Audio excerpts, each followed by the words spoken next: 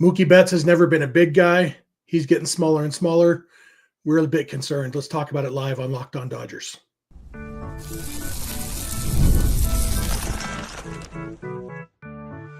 You are Locked On Dodgers, your daily Los Angeles Dodgers podcast. Part of the Locked On Podcast Network, your team every day. Hey, Dodger fans, this is Locked On Dodgers, part of the Locked On Podcast Network, your team every day. Thanks to our everydayers for making Locked On Dodgers your first listen every weekday morning, and thanks to those of you who are with us live here on Sunday evening. Remember, this show is free and available on all podcast platforms and on YouTube simply by searching for Locked On Dodgers, and you can subscribe wherever you're watching or listening right now and make it really easy to find us every day. If this is your first time with us, my name is Jeff Snider. That guy next to me is my co-host, Vince Samperio. Vince and I are both lifelong Dodger fans, just like most of you. We've also both spent time covering the Dodgers in the press box and the locker room, so we bring you the smart fans perspective on our boys in blue every weekday morning. Today's episode is brought to you by FanDuel. Right now, new customers can get $200 in bonus bets when your first $5 bet wins. And so, Vince, kind of a big weekend for the Dodgers, despite having most of the weekend off. We did finally have the first game of the Freeway Series on Sunday night. The Dodgers beat the Angels. We'll dig into the Freeway Series in the third segment. But the big news in this game was that Mookie Betts was in the starting lineup, and then he wasn't. You know, he and Freddie Freeman both were in the original lineup put out by the Dodgers. It looked like probably the lineup we're going to see, or we were going to see on Thursday for the home opener against Tarek Skubal. And then shortly before the game, Mookie Betts was scratched. And hearing people talk about it, sounds like there was probably never much chance he was actually going to be in the lineup because he basically hasn't eaten anything in the last couple of weeks. He hasn't been able to hold down any solid foods. He's down to 157 pounds. We talked the other day. He grew an inch. He's 5'10". 5'10", 157 is skinny by any standards, and for a professional athlete, it's concerning. Yeah, 157 is crazy low. And, you know, we talked last week when they kind of went through everything, and we weren't concerned. We didn't have too much information, which is mainly why we weren't concerned. But it just felt like, okay, you know, a stomach bug. Sometimes it can last a week, and sometimes, you know, that happens. We're now almost on 2 weeks of him not being able to have a solid meal, of him only being able to eat smoothies, of him, you know, he said he tried to eat breakfast this morning, he threw up. And basically that was the reason he kind of gave why he didn't end up playing on Sunday night. And it's concerning, not in the sense of, you know, Mookie Betts is going to be injured or hurt or anything like that. It's concerning because once you get into – guys like to be bulked up going into the season because inevitably you're probably going to lose weight as the season goes on because it's just a different lifestyle than being able to, you know, have 3-4 full meals a day and work out and lift weights and all that type of stuff. So it's concerning in that it's going to take him probably double the amount of time it took him to lose that weight, to gain that weight back, to be, you know, his normal playing weight, to be fully ready to go. So yeah, in the sense of concern, it's more the fact of that first month, you know, March into April could be pretty slow for him. Yeah, and yeah, I think that's a really good point that you do try to start bigger because you are going to lose weight, which kind of has me leaning toward, you know, Dave Roberts said that Mookie won't play on Monday. And then they'll see about Tuesday. But you can tell Dave Roberts doesn't feel confident that Mookie's going to be ready to play by Thursday. And neither do I. Obviously, Dave Roberts knows more about the situation than I do, although Mookie did say he hasn't been diagnosed with anything, which isn't as concerning to me as it was to some people, because I think most viruses end up not being officially diagnosed. Hey, you got a bug. And you just the things you test for are infections and everything. Those things you can diagnose strep, and you can diagnose, you know, hepatitis or anything else that you can test for. Usually when it's not something that they test for, they say, all right, you've got a bug, and deal with it. And even if Mookie felt great tomorrow morning and ate breakfast, we're still talking 18 pounds at least that he's lost, which means my feeling is it makes sense for him to start the season on the injured list. With especially, you know, you look at it, you can backdate it 3 days, so they could put him on the IL back to March 20th. It's a 10-day, so he'd be eligible to come off basically after the first 3-4 games of the season, domestic games of the season. And at this point, realistically, it's hard to picture him being ready for another week or two at this point anyway, because even once he's feeling better, he's got to at least get some of that weight back on before he tries to play, right? Yeah, I mean, it'll depend on how the team treats him and how if Mookie gets his way. Like, he talked to media for the first time in a while, and he mentioned like he just wants to play. He knows it's going to take him some time to ramp back up. He knows the beginning of the season might be rough for him, but he just wants to play. He's tired of sitting in, and I can understand that. But it's also a matter of we haven't gotten any like huge indicators. Mookie doesn't, it hasn't lost it in the face. That's for sure, the weight. But I think DodgerBlue.com had put out a picture of Mookie, and it said, he looked thin. And where you can see is that his shirt was very loose on him. And Mookie's, a muscular guy. He's usually, you could see through like those compression shirts that they wear. And the compression shirt was loose on him. That's the biggest indicator. Like, yeah, this guy is not where he needs to be. I think, to protect Mookie from Mookie, you put him on the IL and you figure it out after. And that's probably the best case scenario in terms of like everything working out. That wouldn't be Mookie's best case scenario because he wants to play. But I think the Dodgers just have to be careful because there's no reason to put him out there and then something else happens and then you're in a weird spot where, okay, now Mookie's out for multiple months. Yeah, and I see some frustration in the chat about the Dodgers do have a bit of a history of not being totally forthcoming about medical conditions. I think this probably isn't one of those cases where they're deliberately hiding information. I think it's just nobody has any idea how he's going to feel now that they are back with him and he tried to go out there and be ready to play and he wasn't. I do think that is going to spur them to action as far as putting him on the IL.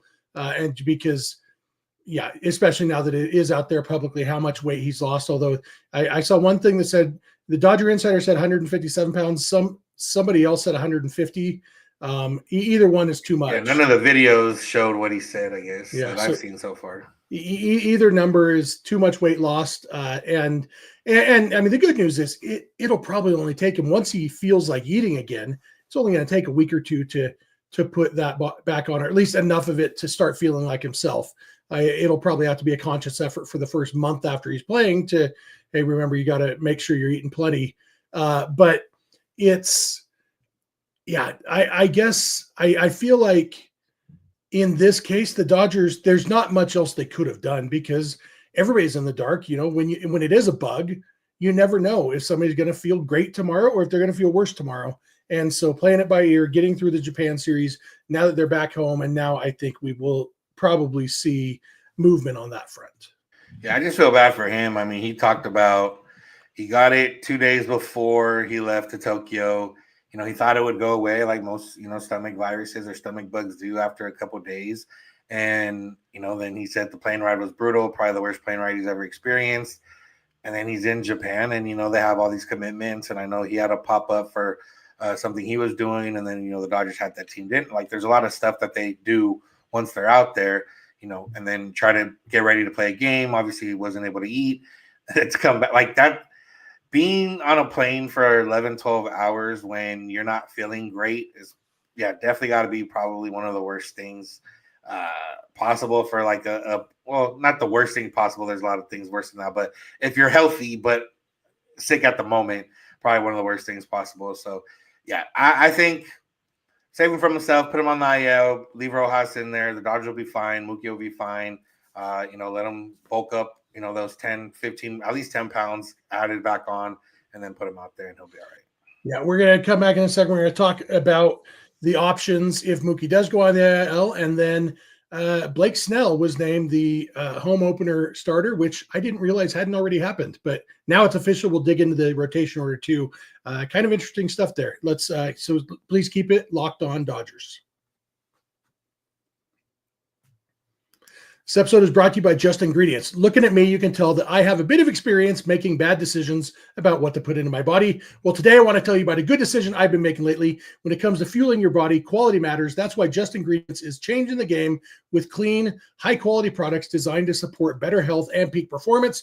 Just Ingredients offers an NSF-certified line of protein powder, electrolytes, pre-workout, and creatine, all rigorously tested to ensure they're free from substances banned by major health organizations athletic organizations. Just Ingredients has also partnered with two-time MVP Bryce Harper, who trusts their NSF-certified sports line to fuel his training and recovery. For me, I have found that when I start my day with a protein-packed first meal, I make much better decisions on what I eat the rest of the day because I'm fuller longer and I don't have as many cravings. I have been loving this Just Ingredients protein powder to help me get my day started right. It tastes really good, and it has 25 grams of protein per serving. And I love that Just Ingredients prioritizes wholesome, nourishing ingredients without the artificial junk. So just visit justingredients.us and use code LOCKEDONMLB for 20% off. And for more wellness tips, follow at just.ingredients on Instagram.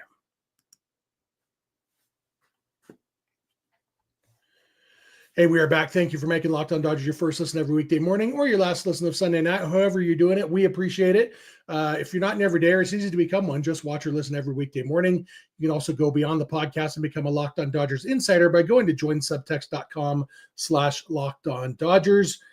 You can check out Locked On Sports Day and Locked On Sports Los Angeles, two 24/7 streaming channels on YouTube from the Locked On Podcast Network.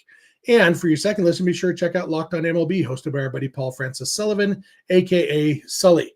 So really quick, one last thing on Mookie Betts before we jump into the starting rotation. You mentioned at the end of the last segment, Vince, that just leave Miguel Rojas in there. And obviously, defensively, that's probably your best option. We had talked last week about how maybe Michael Conforto not being in the original starting lineup in Japan kind of suggested that maybe against some tough lefties like Shota Imanaga or Tarek Skubal on Thursday that Conforto might sit. And so maybe that opens up left field for Kike Hernandez to start against Tarek Skubal. But then I'm thinking, the next day, I assume it's going to be Jack Flaherty in game 2. I don't pay a lot of attention to the Tigers rotation order. We'll talk about the Dodgers rotation order in a second.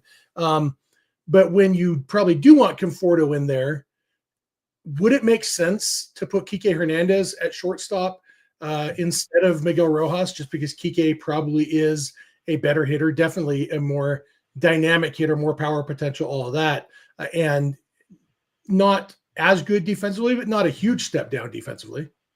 Yeah, I mean, as long as Chris Taylor is not starting at, how the roster is presently constructed, that would be fine. Like Kike or Rojas at short is fine. You're going to get more power with Kike. You're going to get, more chance of changing a game. Rojas is going to give you more chance of, not going to strike out, going to put the ball in play, stuff like that. If we got the Miguel Rojas from last year at the start of the season, maybe you could just say, just leave him in there. But at this point, there's no reason to.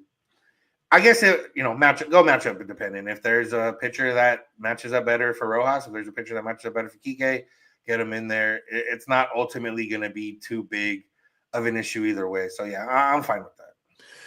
Yeah, so that'll be interesting to see for sure. It'll also be interesting to see if they do put Mookie on the IL, who they call up instead. I assume it would just be James Outman, bringing him back to the roster. But we'll see, because they don't necessarily have a direct Mookie corollary in AAA ready to be called up. But so if Kike's more of an infielder because of Mookie being out, then you call up James Outman for the outfield, I guess. One thing we do know that I was a little bit surprised on Sunday that this hadn't already been made official, because I was already talking about it and planning on it, is that Blake Snell will start for the Dodgers in the home opener on Thursday against the Tigers. Pretty obvious decision, I guess, unless you were just going to go with Yamamoto again, have him start the first game in Japan and the first game, the home opener. But with Snell being the big free agent acquisition this offseason and having two honors to give, you've got the opening day, which Yamamoto was, and then the home opener, kind of a no-brainer for Blake Snell, right? Yeah, it was kind of funny in the sense of MLB sent out like a press release the other day talking about opening day matchups, and the Dodgers hadn't had anyone there officially. And then I think there was a graphic, whether by MLB or somebody else on social media, and they had Yamamoto there, but with like an asterisk, as he started the other opener, but not entirely. I guess they haven't announced it here. But yeah, Blake Snell makes the most sense. He is the ace of the staff as it is right now. I've talked about Yamamoto and how excited I am and him kind of stepping into an ace type role. Blake Snell's a 2-time Cy Young Award winner. He's the guy that got the big contract in the offseason. He's the guy that's going to lead your rotation right now. If the Dodgers were to play a postseason game, he'd start game one for you. So it makes sense. And, Yamamoto got the Japan opener, which is great for him. And, Roki got the other game. Realistically, Snell would have pitched over there too. But, it all worked out this way. Everyone gets their piece of the pie.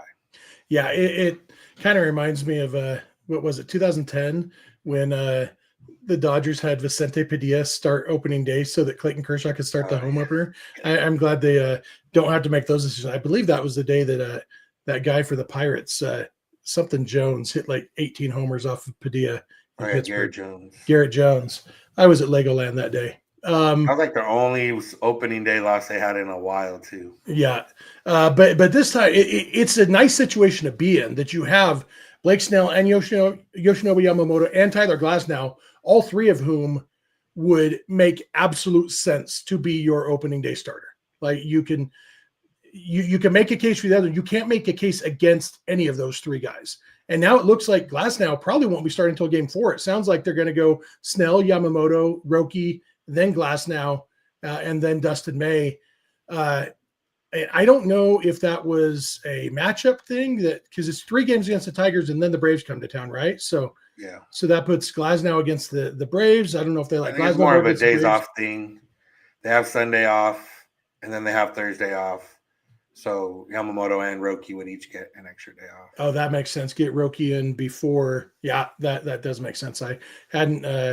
I forgot about the weird Sunday off day. That's yeah. So the Dodgers have 2 Sunday off days this year, huh? Yeah. That's a little bit weird, but yeah. So I mean, and then you got Dustin May, the 5th starter. It's like, oh yeah, by the way, this guy who throws 100 with crazy movement is your 5th starter. And also, by the way, Shohei Ohtani is coming at some point, and Tony Gonsolin's coming at some point, and Bobby Miller might be ready at some point, and Clayton Kershaw at some point. It's it'll all work out via injury, I'm sure, but it's definitely a good situation for the Dodgers to have this tough decision, even though I don't think it was very tough, but having 3 guys who would be the open age starter for a lot of teams is a nice situation. Yeah, they could have flipped the coin 5 times. They could have rolled dice 5 times, whatever other way they could have figured it out. And it's, funny because I was thinking of it, I plan on being on opening day and opening night, but my brother's coming up for the 4th game, that Monday game, and, kind of talking about what the rotation might be like. And he's like, oh, man, we might get Roki, and then, whatever, blah, blah. And then it's like, when you think about it, no matter what, at least right now, where everyone's healthy, these 5 guys, you're going to come to a game and you're going to see Yamamoto, Blake Snell, Roki Sasaki, Tyler Glasnow, or Dustin May start. Like, there's no, like, oh, man, we might see. You're not getting Chris Capuano. Yeah, we have insert random number 5 starter here. So, at least for now, it's pretty good to, if you're buying tickets to a game, you don't have to worry about, I'm going to see some random pitcher out there. So that's good. That's a good thing. Yeah, absolutely. I think I told you before, the dad of a kid on my son's baseball team texted me and said, we're going to be down there for spring break. And so we're going to go to one of the Dodgers Braves games. Which game should we go to? I said, pick one, man. You're going to see a good pitcher either way. So it's obviously they were hoping for Ohtani, but I said, well, that's not going to happen that early in the season. But other than that, you are in pretty good shape as far as seeing a good pitching matchup for the Dodgers. Yeah, and that hopefully that's the way it lays out the rest of the year. Then, like I said, Ohtani, Kershaw added later on, and 6-man rotation with the front 4 now, Kershaw and Ohtani. You can see something special any night you go to the stadium. Yeah, and hopefully Blake Snell going up against Tarek Skubal is going to be tough, and so hopefully the Dodgers can win 2-1 on Thursday behind a solid performance from Blake Snell, and then get into the rest of the Tigers rotation, which isn't still good, but not as scary as Tarek Skubal. Yeah. All right, we're going to come back. As we mentioned, the Dodgers did play the first game of the Freeway Series, and it's always a really cool experience for not just us as fans, but for a lot of the young players. We've seen Bobby Miller and Jared Karros in the past. This time it was Jackson Ferris and a couple others. We're going to dig into how cool the Freeway Series is. So thank you for making Locked On Dodgers your first listen, and please keep it Locked On Dodgers. This episode is brought to you by FanDuel. March Madness is here, and FanDuel is giving you the chance to get in on the action like never before, because right now new customers can get $200 in bonus bets when your first $5 bet wins. That's 200 extra bucks to use on everything from buzzer beaters to Cinderella stories and even who's cutting down the nets. And, hopefully you got in when some of the 16 one seeds games were going. That's your easy way to put your $5 down and get your $200 in bonus bets. But there's still plenty of options. If you're feeling confident, put $5 on it and then use that $200 in bonus bets, to bet on BYU. BYU is heading to the Sweet 16. Had a lot of fun watching them. My alma mater. I haven't been into college basketball since I was in college, but it's reminding me of that time. Had a lot of fun with that. Whoever you're rooting for, or you think you know who's going to win the tournament, make a $5 bet, get your $200 in bonus bets, and then that's free money to bet with. So the FanDuel app is simple to use. When you win, you get paid instantly, no waiting around. So visit FanDuel.com and get in on the college hoops action all tournament long. Hey, we are back. Thank you for making Locked On Dodgers your first listen every weekday morning. Thanks for being an everydayer if you are. If you're not an everydayer, please become one. You can also become a Locked On Dodgers insider at joinsubtext.com/LockedOnDodgers. And now we are going to talk about the coolness of the Freeway Series. And I'm going to say coolness a few more times because Devin in the chat is complaining. He said, I love how they use coolness for the Freeway Series. Was there no better words? I am putting that on the screen because Devin, in criticizing my use of the word coolness, made a grammatical error. Were there no better words, Devin? Thank you very much. The Freeway Series is really cool. It's coolness. And when I was a kid, Vince, I used to go to the Freeway Series a lot. My aunt and uncle live in Orange County and have forever. And so we would usually go almost every year to one of the Dodgers Angels game at Angel Stadium and then spend the night at their house. And I think we usually go over to the Disneyland Hotel and swim in the pool and just make a fun time of it. And so Freeway Series has always had a special place in my heart. Obviously, since they started interleague play, it's not as unique anymore because they also play the Freeway Series during the year. But one of the things I really like about the spring training Freeway Series is that you do get minor leaguers getting a chance to play at Dodger Stadium. And this time it was Jackson Ferris, the starting pitcher. Zaire Hope got to play. Chris Oakey, who, probably won't end up playing for the LA Dodgers this year. Hopefully not, unless there's a lot of stuff happening. Yeah. But he got to drive it. He drove in the winning run. He had the game-winning RBI. And it's a fun time for these players to get their first taste of Dodger Stadium. And kind of fuel them for the going forward in their career.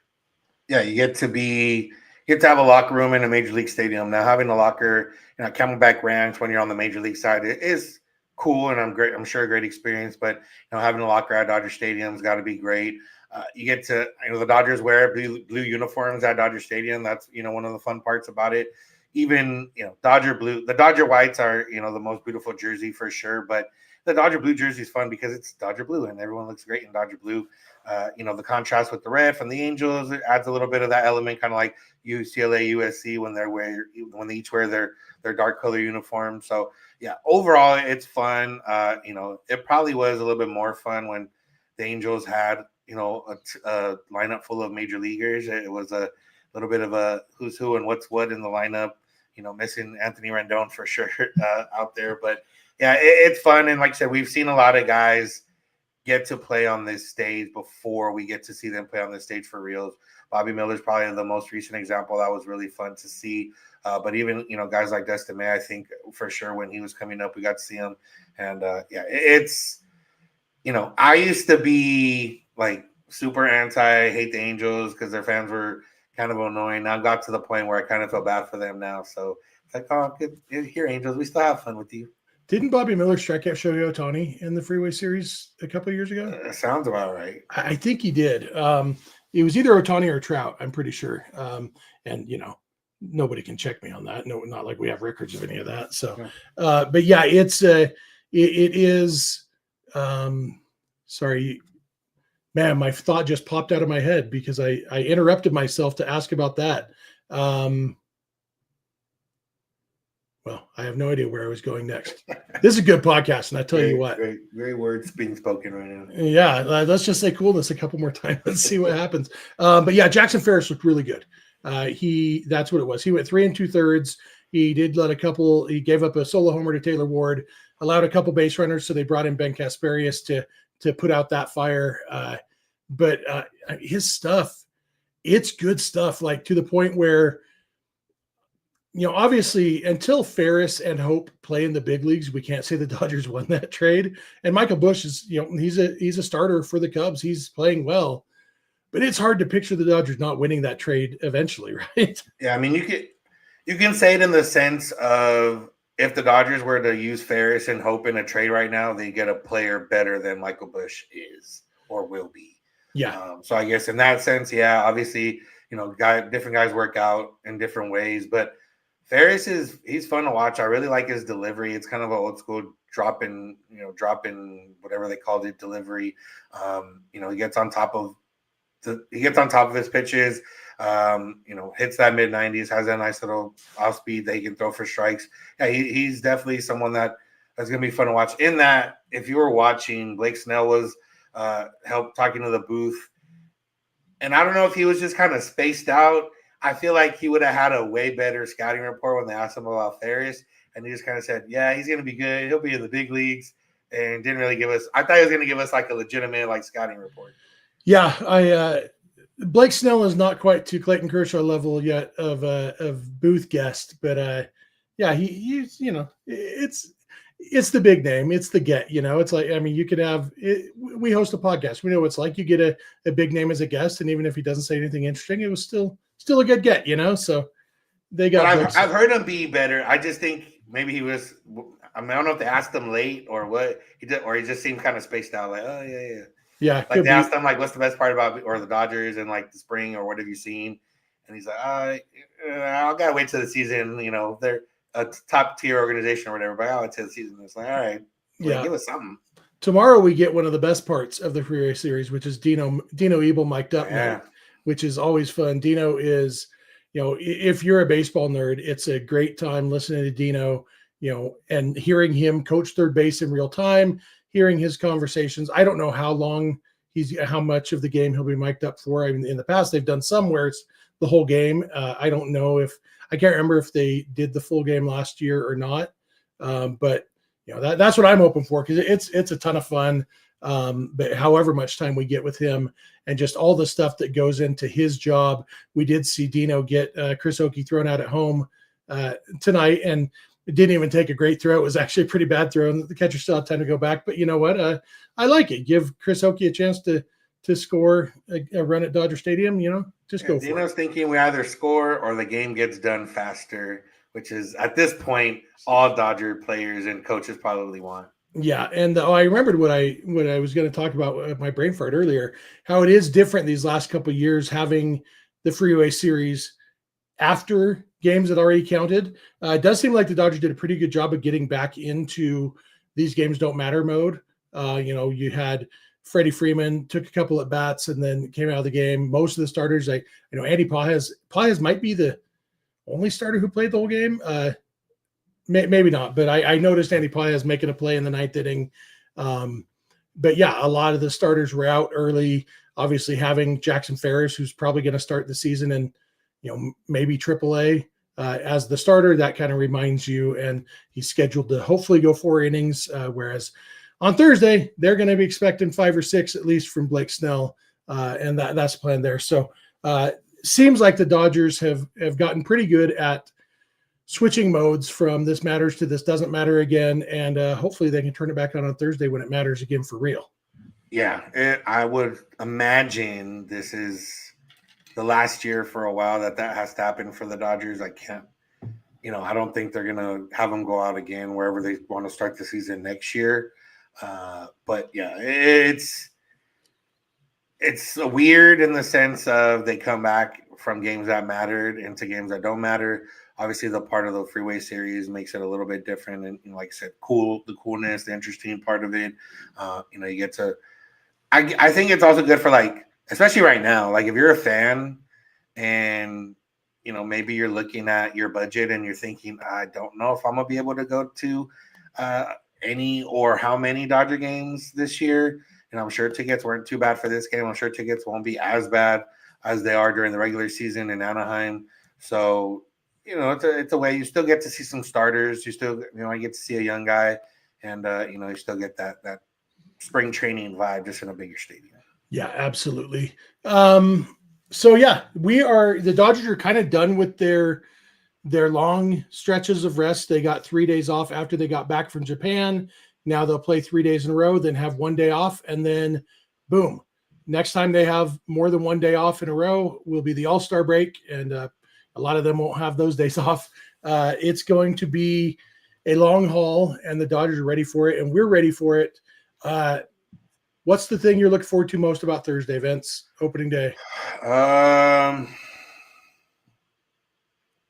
don't know. It's hard because it's not the ring ceremony. So I think just being back at Dodger Stadium, like I could have probably went to the game today on Sunday, but it just doesn't feel the same. I think when I first walk into that stadium, and hopefully I'll get to be there a little bit earlier than everybody else and kind of take in the quietness of it. But yeah, I think just it's a fun day. For opening day is fun. I remember there was at some point when I was growing up, there was a string of like 6-7 years where we went in a row, and then kind of life was real and you were more busy and stuff like that. And then now I think I'm on like 4 or 5 years in a row again. So yeah, I think just being there. Yeah, every time you go to Dodger Stadium, it's a special time. It's something that never gets old for me, and I just looking forward to. It's like a family reunion, even though you don't know most of the people you're around. But hey, we're all Dodger fans. We're all excited for another Dodger season. Obviously, coming off a World Series win, it's even more exciting. It was exciting last year coming back after the Dodgers got swept. This one coming back after they won the World Series, like it's a different vibe. And like you said, the ring ceremony on Friday will be that too. So it'll kind of be split across the 2 days. I'm choosing to view it as a 2-day celebration rather than, half of a celebration each day. There's full celebration both days. Yeah. I'm glad ESPN's not getting the ring ceremony. I'm a little bit glad about that just because they kind of treat MLB not the way you want to treat baseball. So. Yep. All right. You got anything else for today, Vince? Nothing else. That'll do it for us. The Freeway Series continues. We'll be back tomorrow to talk about that and hopefully some, Mookie updates and whatever else. We will be here for you like we are every weekday morning. So thank you for making Locked On Dodgers your first listen every weekday morning. Thanks for being an everydayer. If you're not an everydayer, it's easy to become one. Just watch or listen every weekday morning. Make that easier on yourself by subscribing wherever you're watching or listening right now. Also, be sure to check out Locked On Sports Today and Locked On Sports Los Angeles, the two 24/7 streaming channels on YouTube from the Locked On Podcast Network. You can go beyond the podcast and become a Locked On Dodgers insider by going to joinsubtext.com/LockedOnDodgers. Text direct with us, one-on-one conversations, all of that. It's a lot of fun. Also, check out Locked On Fantasy Baseball with hosts Dominic Martino and Matthew Ane. MLB Fantasy Draft season is here. Be the most informed fan and set yourself up for a league win. Find Locked On Fantasy Baseball on YouTube or wherever you listen to podcasts. You can follow us on Instagram, Twitter, and TikTok at Locked On Dodgers. Vince is on Twitter at VinceSense91. I'm on Twitter at Snydog. Both of our DMs are open over there. You can also email us, lockedondodgers@gmail.com, or send us a voicemail or a text message to 323-863-LOCK, 5625. We are here every weekday morning. We hope you'll be here with us. When you get in your car or sit on your couch, tell your smart device to play podcast Locked On Dodgers. And remember, you don't have to agree. You just have to listen. We'll talk to you tomorrow. Have a good one.